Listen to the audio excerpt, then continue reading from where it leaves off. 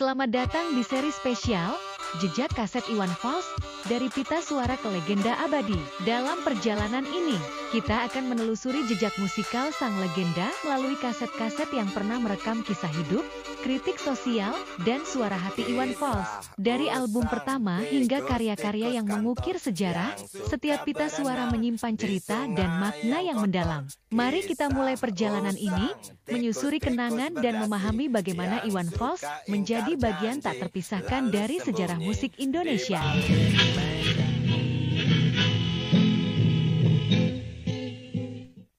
Kita kembali ke tahun 1978, saat seorang Iwan Fals muda bersama Tom Sleepy dan Pusaka Jaya meluncurkan album bertajuk Canda Dalam Nada. Album ini adalah hasil rekaman live dari acara lomba musik humor sebagai wujud janji panitia kepada para pemenangnya. Bernaung di bawah label ABC Records dan Lembaga Humor Indonesia, album ini memperlihatkan sisi jenaka Iwan Fals yang tak banyak dikenal, penuh cerita dan keunikan di awal karirnya. Sebuah awal yang penuh tawa, sebelum kritik sosialnya menggema lebih lantang di album-album berikutnya. Dari sini, legenda pun dimulai.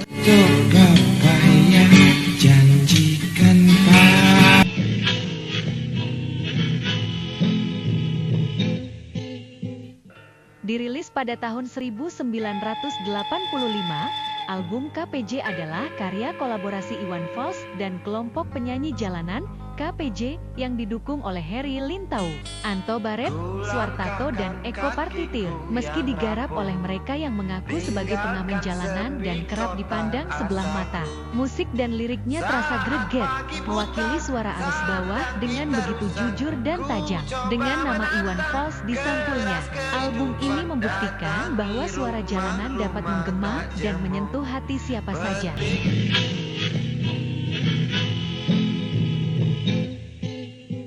Tahun 1986, Iwan Fals merilis album Ethiopia, sebuah karya yang lahir dari keprihatinan mendalam terhadap bencana kelaparan di Ethiopia.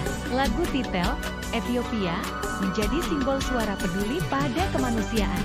Hampir semua lagu di album ini diciptakan oleh Iwan sendiri, kecuali Kontrasmu Bisu dan Lonteku, yang digarap bersama Anto Barep. Album ini memuat banyak hits besar yang tak hanya menyentuh hati, tetapi juga mengingatkan pentingnya empati dan kepedulian pada sesama.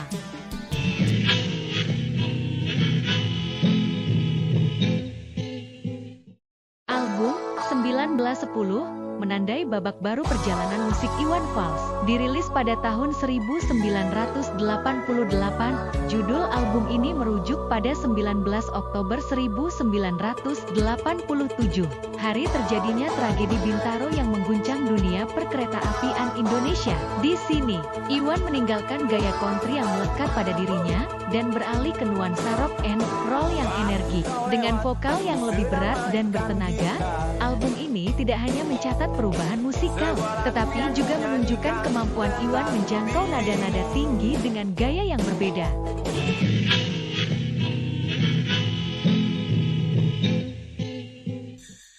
Ketika kontrak dengan Musika Studio hampir berakhir, Iwan Fals membuat gebrakan besar bersama Airo Records. Dengan tawaran kontrak menggiurkan dan rencana tur 100 kota, album Mata Dewa lahir. Di bawah dukungan Setiawan Jodi, yang juga fans berat Iwan, kolaborasi dengan Ian Antono menghasilkan album legendaris.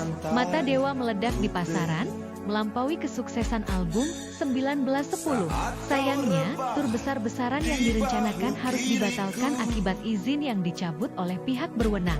Tapi karya ini tetap menjadi salah satu tonggak penting dalam sejarah musik Indonesia.